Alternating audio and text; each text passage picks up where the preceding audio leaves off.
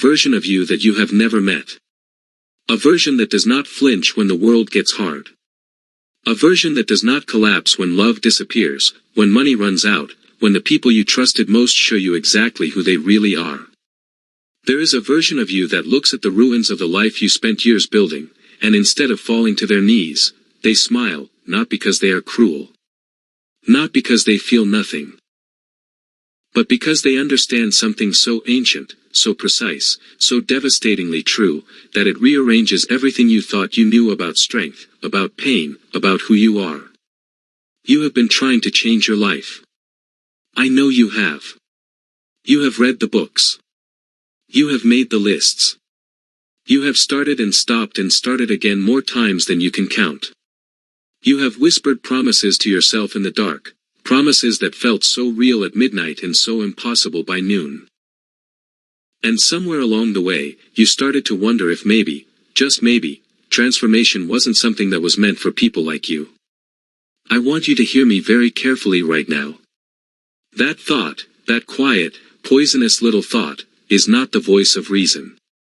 It is the voice of a life unlived, trying to keep you exactly where you are. And today, we end that. My name doesn't matter. What matters is what Marcus Aurelius wrote alone by candlelight, at the edge of a dying empire. What matters is what Epictetus understood while his master broke his leg, and he did not scream. What matters is what Seneca knew in the final hours before they handed him the order to die. What they all understood, what changed them, what forged them, what made them immortal not in body but in soul, is what I am going to give to you today. But I have to warn you. This will not be comfortable. The truth rarely is. Part 1, the life you've been living is not yours. I want to ask you something, and I want you to actually answer it. Not in the way you answer questions at dinner parties.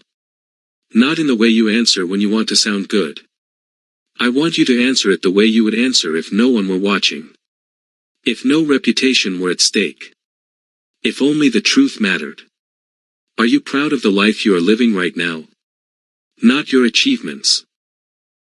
Not your title. Not what you post. Not what other people see when they look at you from the outside. I mean the interior life. The life behind the eyes. The life that happens in the car alone, and in the shower, and at 3 a.m. when the rest of the world is asleep and there is nothing left to perform for. Are you proud of that life? If the answer is yes, truly, fully, deeply yes, then perhaps this is not your moment. Perhaps you are already living in alignment with the person you were meant to become. But if something inside you, something quiet, something that has been waiting a very long time to be acknowledged, if something inside you just shifted. When I ask that question, then stay with me. Because here is what the Stoics discovered 2,000 years ago, in a world far more brutal than ours, in an age without the comforts we take for granted, in a time when one bad season could erase everything you had ever built. Most human beings spend their entire lives living a life that was scripted for them by other people. Think about that. Your parents handed you a script. Your culture handed you a script. Your school, your religion, your social circle, your wounds, every single one of them handed you a script. And you, being young, being afraid, being human, you took those scripts and you performed them. You performed them so well, for so long, that somewhere along the way you forgot they were scripts at all. You started to believe that the character you were playing was actually you. Epictetus. A man who was born into slavery, who had no freedom, no power, no rights, no possessions that could not be taken from him at any moment, Epictetus looked at the most powerful men in Rome, men who commanded armies and owned provinces, and he said something that must have seemed like madness. I am freer than you are. How could a slave say that to a senator? How could a man who owned nothing say that to a man who owned everything? Because Epictetus understood something that the senator had forgotten, or perhaps never learned. The senator was enslaved to his reputation. He was enslaved to his need for approval. He was enslaved to his fear of loss, his addiction to power, his terror of what people would say if he failed. The senator had 1,000 chains, invisible ones, the most unbreakable kind, and he had put every single one of them on himself. Epictetus, who could not choose where he went or what he ate or who he served, had chosen something the senator had never even considered choosing. He had chosen his own mind. And here is the question that will either begin your transformation or confirm that you are not yet ready for it. Who chose the mind you are currently living inside of? Because if you did not consciously, deliberately, intentionally choose your beliefs about yourself, about what you deserve, about what is possible, about who you are, then someone else chose them for you. A parent who was doing their best but was carrying their own wounds chose them. A teacher who never saw your potential chose them. A person who broke your heart chose them. A society that profits from your insecurity chose them. The life you are living is, in large part, someone else's idea of your life. And the most terrifying part? You have been defending it. You have been defending a prison built by other people as though it were a palace you designed yourself. The Stoics called this the first great blindness, the inability to see the bars of the cage you're in, because you have lived inside them for so long that you have mistaken them for the horizon. But here is what transforms everything. The moment you can see the bars, you are already halfway out. Part 2, The Anatomy of Suffering. Let's talk about your pain. Not abstractly. Not philosophically. Your actual pain. The specific, personal, private pain that you carry with you into every room you enter, that you set down beside you when you sleep, that is the first thing that greets you when you open your eyes in the morning. I know you have pain. Every person listening to this does. Some of you are in pain so deep that you have built your entire identity around it. Some of you have worn your suffering for so long that it no longer feels like suffering, it feels like personality. And I am not here to tell you that your pain isn't real. I am not here to perform the kind of toxic positivity that insults your intelligence and dismisses your experience. Your pain is real. What happened to you was real. The losses you have suffered, the betrayals you have endured, the version of the future you mourned when it didn't come, all of it was real. What I am here to do is offer you something far more radical than denial. I am here to offer you the distinction that changed the ancient world. Marcus Aurelius, Emperor of Rome, the most powerful man on earth, wrote these words in his private journal. Words he never intended for anyone to read. Words he wrote for himself, in the dark, trying to hold himself together. You have power over your mind, not outside events. Realize this, and you will find strength. Now. Before you dismiss that as a motivational poster. Before your mind reaches for cynicism, which is just disappointment in disguise, I want you to understand what he was actually saying. He was not saying that bad things don't happen. He was not saying that loss doesn't hurt. He was not saying that you should feel nothing. He was saying something far more surgical, far more precise, far more life-altering than any of that. He was saying, the event is not the suffering. The event is just the event. The suffering is the story you attach to it. And the story, unlike the event, is something you can change. Let me show you how this works in your actual life. Someone you love left you. That is the event. Just that. Nothing more, nothing less. A person who was present in your life is now absent from it. That is all that actually happened. But then, within milliseconds, your mind did something. It began constructing a story around that event. And depending on the scripts you inherited, the wounds you carry, the beliefs you absorbed without ever examining them, that story might have sounded like this. I am not enough. I am fundamentally unlovable. This proves what I always secretly feared about myself. I will always end up alone. I am broken. Something is wrong with me that I cannot see and cannot fix. I will never feel whole again. Do you hear it? That story. That intricate, devastating, specific story, you didn't just feel it. You believed it. You treated it as though it were as real and as factual as the event itself. You walked into tomorrow carrying that story as though it were a diagnosis handed to you by the universe. And here is what the Stoics understood with a precision that most modern psychology is still catching up to. The story is not the truth. The story is a hypothesis. And like every hypothesis, it can be tested. It can be questioned. It can be revised. Or it can be released entirely. Seneca, who watched his closest friends die, who was exiled from Rome, who faced his own death with nothing but his philosophy to protect him, wrote this. We suffer more in imagination than in reality. He was not being dismissive. He was being precise. The actual moment of a thing, a loss, a failure, a humiliation, lasts a finite amount of time. It has edges. It begins and it ends. But the story about that thing? The story has no edges at all. The story can stretch across a lifetime. The story can poison 1,000 future moments that have not even happened yet. The story can make you afraid of things that will never occur, keep you small in spaces that were meant to hold a larger life, make you shrink from love because of what love once cost you. The event was the fire. The story is what keeps you burning. And here, right here, is where transformation begins. Not with motivation. Not with a plan. Not with a vision board or a morning routine or a productivity system.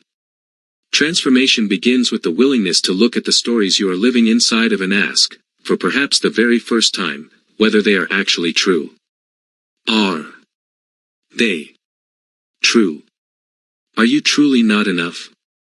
Or were you told that by someone who was themselves not enough and didn't know what to do with that? Are you truly incapable of change?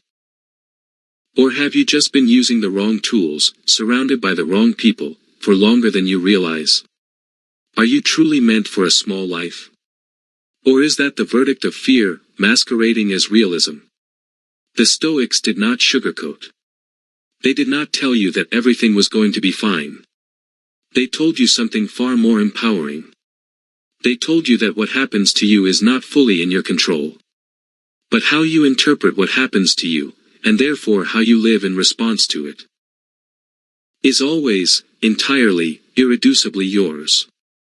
That is not a consolation prize. That is the greatest power a human being possesses. And most people never pick it up. Part 3, The Death of the Old Self. I need to tell you something that nobody tells you when they talk about transformation. Transformation is not an addition. It is not about adding habits, adding disciplines, adding a morning routine to the same person you have always been.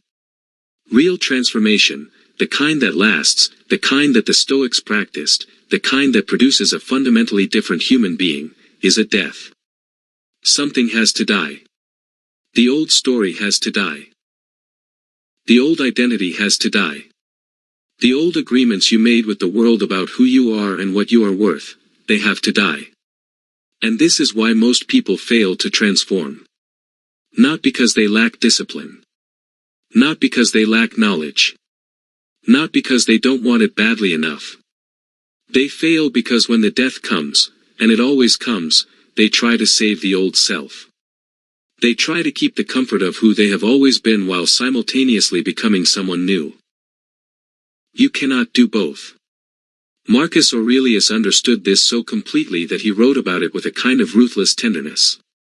He wrote, "Confine yourself to the present." It sounds simple. It is anything but. What he meant was this: the person you were yesterday, with all of their failures, all of their regrets, all of their half-finished attempts and abandoned ambitions, that person does not have to be the author of today. You are not your history. You are your choices. And a choice, a real choice, a conscious one, can be made in any moment, regardless of every moment that came before it. But here is the part that cuts. Most people are more attached to their old story than they are to the new life they say they want. Think about the people you know who have been through something terrible. A divorce. A bankruptcy. An illness. A betrayal. And think about how many of them, years later, sometimes decades later, are still living inside that event as though it just happened yesterday. Not because they are weak. Not because they are flawed. But because the story of what happened to them has become their identity. And the prospect of letting it go feels, and this is the crucial part, the prospect of letting it go feels like dying. Because it is. The self that was defined by that wound has to die for a new self to be born. There is a word the ancient Greeks used. Metanoia. It is usually translated as repentance, but that translation is almost criminally inadequate. Metanoia means a complete and total transformation of the mind. A fundamental shift in the way you perceive reality. Not a tweak. Not an improvement. A transformation. The Stoics were masters of metanoia. But they didn't romanticize it. They didn't tell you it would feel good. They told you it would feel like loss. Because it was loss. The loss of who you were. The loss of the familiar prison. The loss of the excuse. And the willingness to bear that loss, to sit in the disorienting space between who you were and who you are becoming, that willingness is the price of transformation. Not motivation. Not discipline. Willingness. Radical, naked, unflinching willingness. Seneca wrote, and these words are worth tattooing somewhere permanent. Every new beginning comes from some other beginning's end. He wasn't writing a pop song. He was writing about the fundamental architecture of change. Every identity you step into requires the death of the one that came before it. You cannot become the person who loves and trusts fully while you are still living as the person who was destroyed by love. You cannot become the person who builds something meaningful while you are still performing as the person who believes they are incapable. You cannot step into the light while you are still hiding in the dark pretending it's shelter. So here is what I want you to do. Right now, in this moment. I want you to think about the version of you that needs to die. The one holding you back. Not with hatred. Not with contempt. But with the clear-eyed, compassionate recognition that this version of you, this frightened, defended, armored version, did the best they could with what they had. They protected you. They kept you alive. They got you here. And now, in this moment, they have to be thanked and released. Because the life you are moving toward cannot carry them with it. Part 4, the dichotomy, the most dangerous idea in philosophy. There is a concept at the very heart of Stoic philosophy. An idea so simple on the surface, and so violently transformative in practice, that it has the power to fundamentally alter the way you experience every single day for the rest of your life. Epictetus called it the dichotomy of control. And it begins with 3 words that are worth more than most libraries. Some things are within our power, while others are not. That's it. That's the whole thing. Except that is not remotely all of it. Because what Epictetus was really saying, what he built his entire philosophy on, what allowed a slave to be psychologically freer than an emperor, was this. The amount of human suffering that exists in the world is almost entirely caused by people spending their energy on things they cannot control, while neglecting the one and only thing they always can. Their own inner world. Think about how you spent your energy last week. Think about how much of your mental and emotional fuel was poured into what other people think of you. Whether they respect you. Whether they like you. Whether they are talking about you. Whether they will approve of the decision you are about to make. The economy. The news. The state of the world. The behavior of people you cannot reach. The circumstances you were born into. The opportunities that haven't arrived. The time you've already lost. Whether the things you love will last. Whether the people you need will stay. Whether the future will be kind or cruel. How much of you, your precious, finite, irreplaceable energy, how much of you went into all of that? And now ask yourself, how much of that actually changed because of your worry? None of it. Not a single atom of the external world was rearranged by your anxiety. But something was rearranged. You were made smaller by it. You were made more afraid by it. You were made less present, less capable, less alive by it. The Stoics were not passive. This is the most dangerous misunderstanding about Stoicism that circulates in popular culture. Stoicism is not about not caring.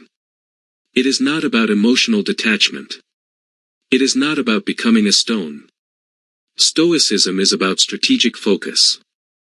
It is about the ruthless, disciplined practice of pouring your energy only into what your energy can actually change.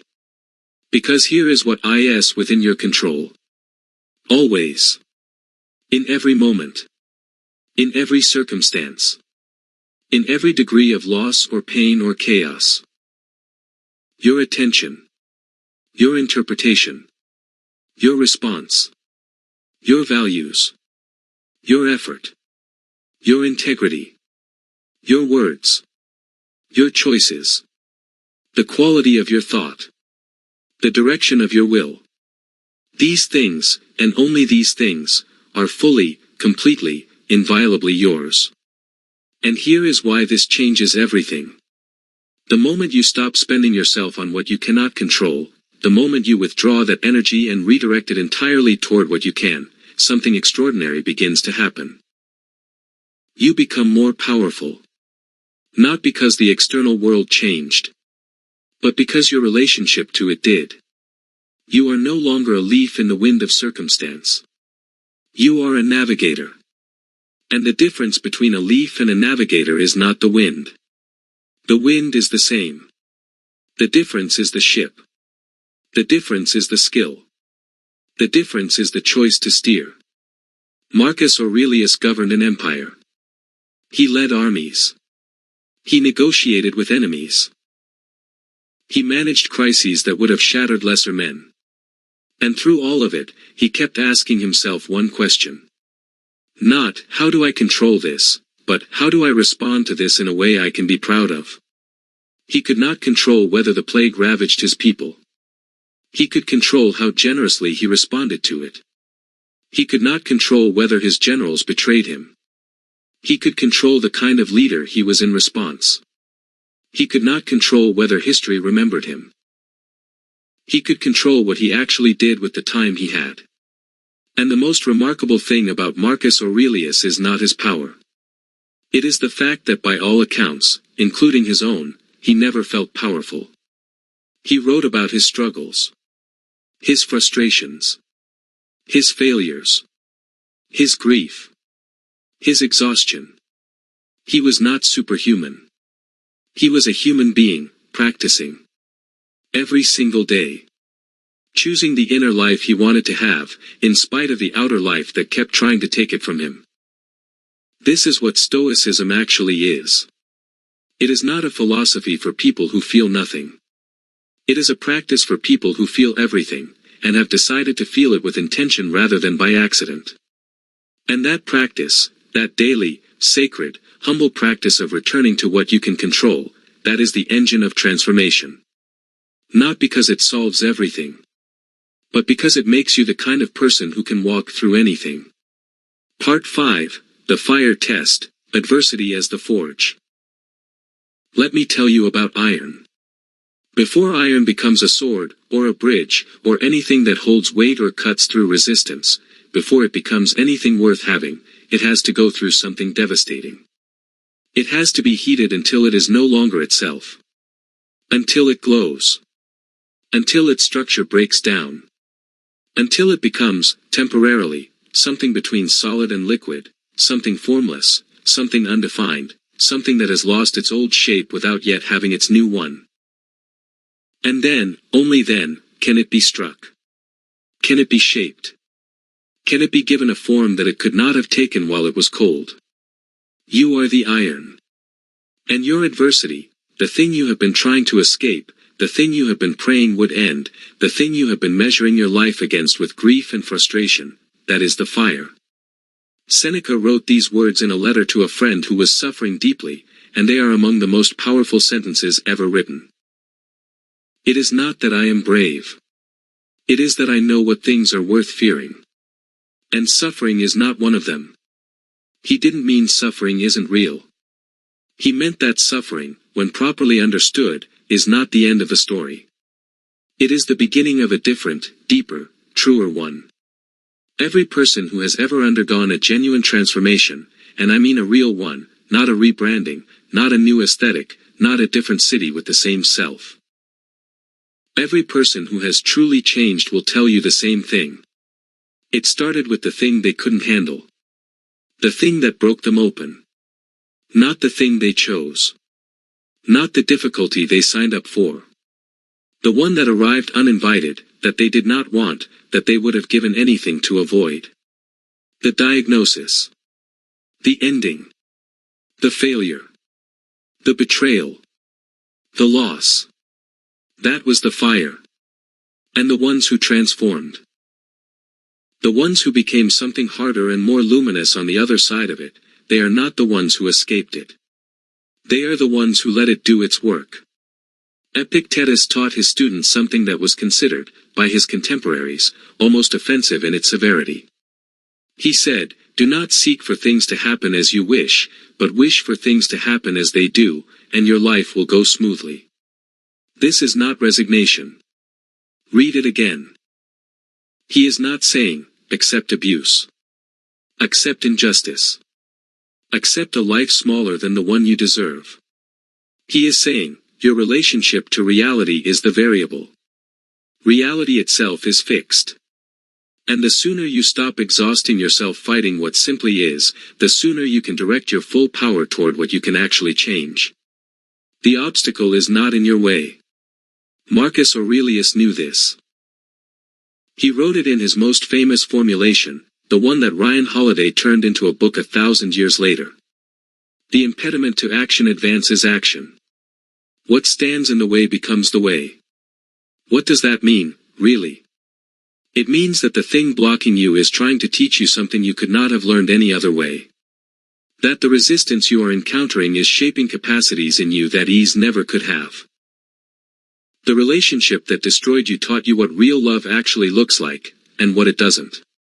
The job that humiliated you clarified what you actually value, and what you were performing for the approval of people who didn't matter.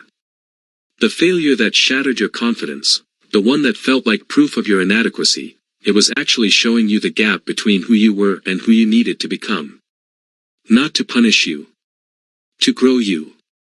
The universe does not hate you. The universe is not indifferent to you.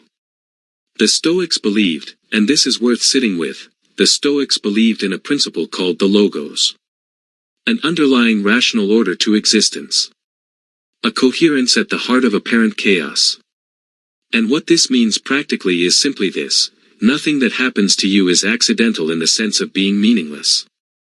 Every difficulty arrives with information. Every loss arrives with an invitation.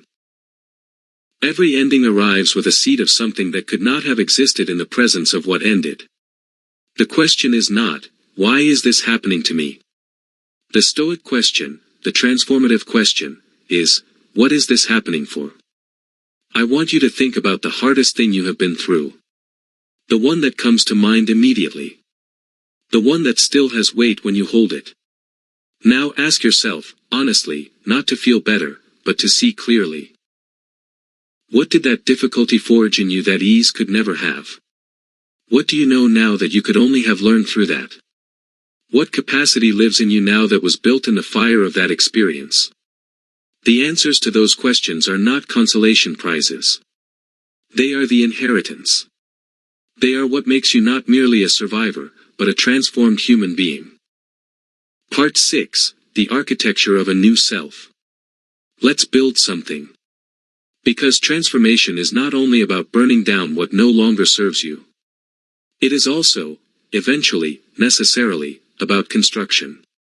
About deliberately, carefully, consciously building the person you intend to become. And the Stoics had a framework for this that is more sophisticated than anything I've encountered in modern psychology. Not because the ancient world was smarter, but because the ancient world had fewer distractions, and therefore the people who thought more deeply than most of us ever get the chance to. Marcus Aurelius returned to the same questions, day after day, in his private journal. He asked himself, what is the work in front of me right now? Am I being the person I want to be in this specific moment? What would the person I am trying to become do here? He didn't ask those questions once a year, at a resolution ceremony. He asked them constantly. Moment to moment. As a practice. As a discipline. As the central project of his life. Because he understood something that most people never grasp. You do not become who you want to be in some future moment of sufficient motivation. You become who you want to be in the accumulation of 10,000 ordinary moments, each of which offers you a choice about which version of yourself will show up. The Stoics identified 4 virtues as the foundation of a life well lived. Not because they were moralistic, but because they observed, across centuries of human behavior, that these 4 qualities were the ones that produced genuine flourishing. Not just success. Flourishing. The first is courage. Not the absence of fear, that is not courage, that is numbness. Courage is the willingness to act rightly in the presence of fear. To speak your truth when silence would be easier. To make the hard choice when the soft one is available. To stay when leaving would be more comfortable. Or to leave when staying is the slow death. The second is justice. Not in the legal sense. In the relational sense. The commitment to deal with every human being, including yourself, with honesty and fairness. To stop taking more than you give. To stop performing generosity while hoarding yourself. To recognize that every person you encounter is a full human being with inner depths as vast as your own. The third is temperance. And I want to be careful here, because temperance is not about deprivation. It is about sovereignty. It is about not being dragged around by your appetites, for food, for approval, for stimulation, for distraction, but instead choosing deliberately what you engage with and how much of yourself you give to it. The fourth is wisdom. The ability to see clearly. To distinguish between what matters and what merely feels urgent. To recognize the patterns in your own behavior and the behavior of others. To choose responses instead of reactions. To make decisions from your highest self rather than your most frightened one. Now here is how the architecture works. Every morning, before the world gets its hands on you, before the notifications begin, before the demands of the day crowd out your own interior voice, every morning you choose a quality. A value. A virtue. An attribute of the person you are becoming. And you make it the lens through which you meet the day. Marcus Aurelius did this. He called it the morning meditation. He would sit with a character trait, patience, for example, or equanimity, or gratitude, and he would hold it in his mind before he began. Not as a promise. Not as a performance. As a preparation. He was priming his mind. Predeciding how he would show up, rather than leaving it to the mercy of circumstance. And then, every evening, he would review. Not with self-flagellation. Not with shame. But with the honest, clear-eyed assessment of a craftsman looking at their day's work. What did I do well today? What fell short? Where did I let fear guide me instead of values? Where was I the person I intend to be, and where did I slip back into the person I am leaving behind? No drama. No punishment. Just information. Just data. Just the raw material for tomorrow's attempt. This is the practice.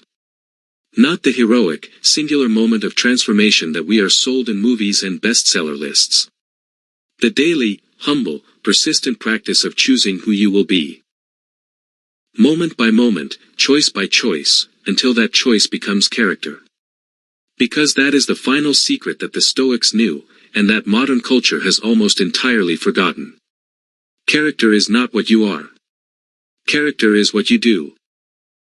Repeatedly, consistently, even when it is inconvenient, even when no one is watching, even when the old self is pulling at your sleeve and whispering that this is too hard, that you have already failed too many times, that people like you don't really change. Character is a practice. And practice, by definition, never ends. But it also never fails to accumulate. Every single time you choose the harder right over the easier wrong. Every time you choose presence over escape, honesty over performance, growth over comfort, you lay another stone in the foundation of the person you are becoming. And one day, not the day you expected, not with the fanfare you imagined, one day you will notice that the person responding to your life is not the person who started this journey. And that will be the most extraordinary moment of your life. Part 7. The people who shape you, and the ones who must be left behind. There is something that nobody wants to say when they talk about personal transformation. Something that is considered unkind, or elitist, or cold. Something that feels like a betrayal to admit. So let me say it plainly, and let me say it with love. You cannot become a new person while surrounding yourself entirely with people who only know your old one. Epictetus was unambiguous about this. He warned his students with a directness that must have been uncomfortable even then. Associate with people who are likely to make you better. Welcome those who are capable of improving you. And then, in the very next breath, he said the harder part.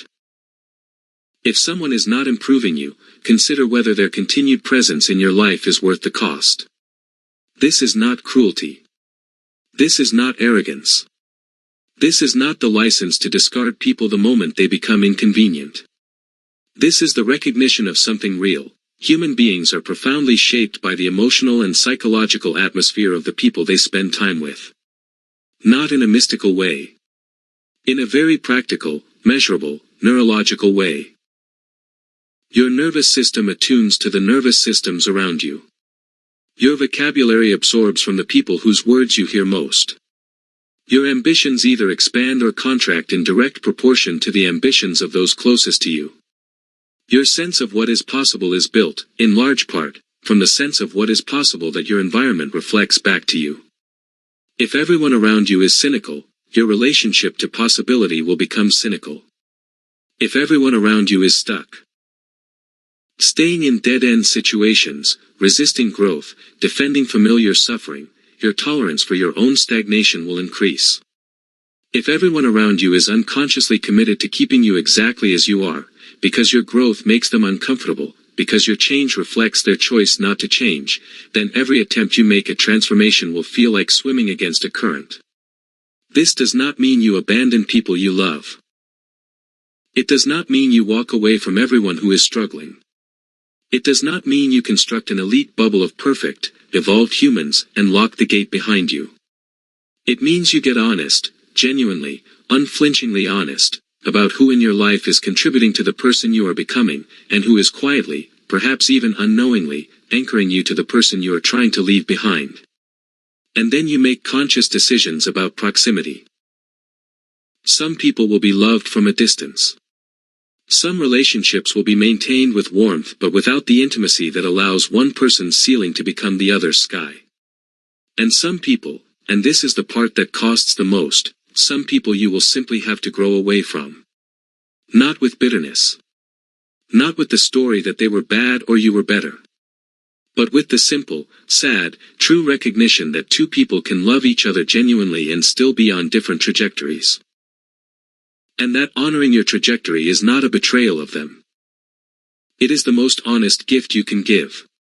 Because a version of you that stays small to keep others comfortable doesn't just harm you. It models to every person watching, including the ones you love, that growth is something to fear rather than something to pursue.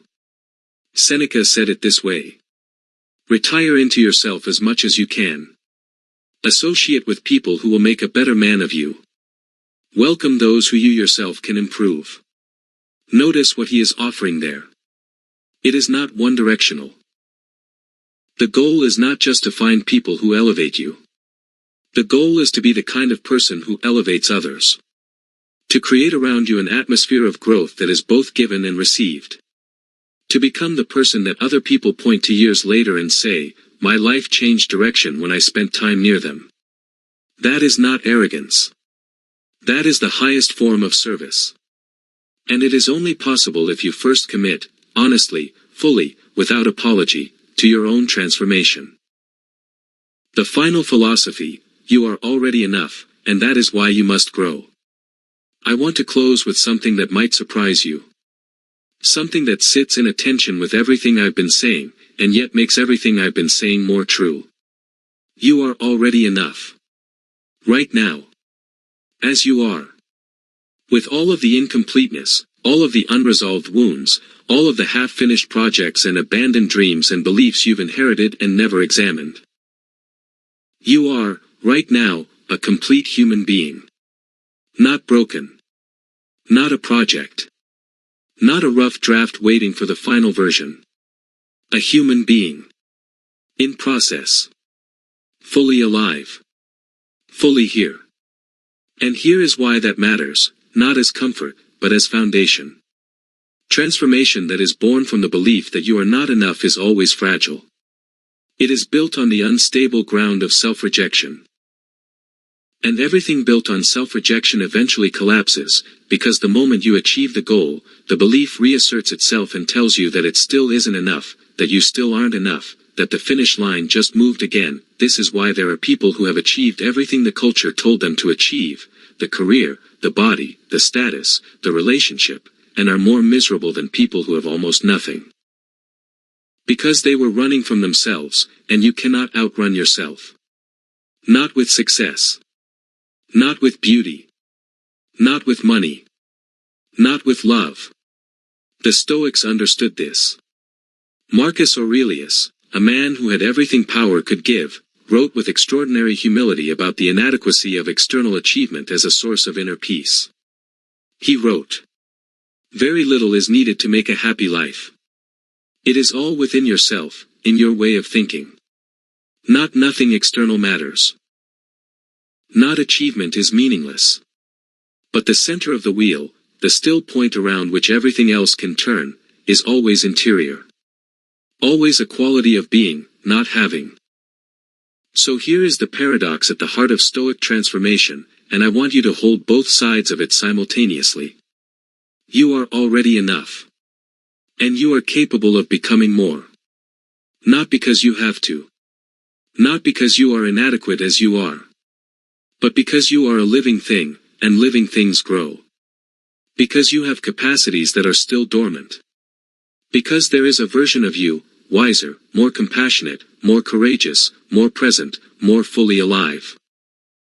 That is asking, quietly and persistently, to be allowed to emerge. Not to prove anything. Not to earn your place. Not to finally deserve love or success or peace. But because becoming is what it means to be fully human.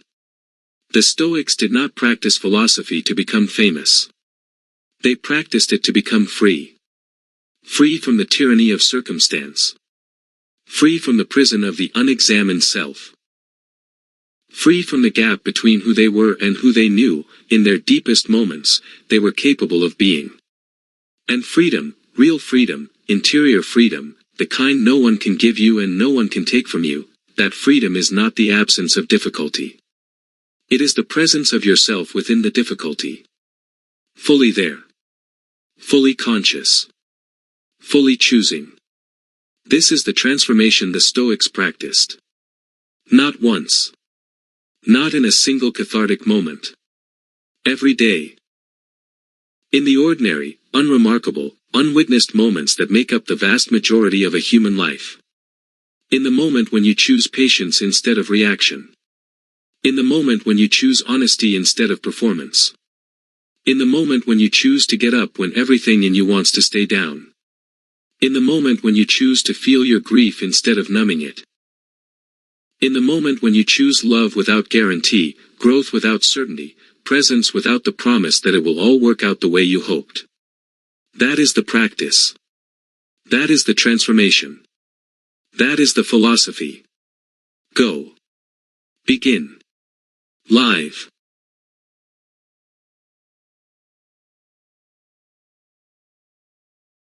There is a version of you that you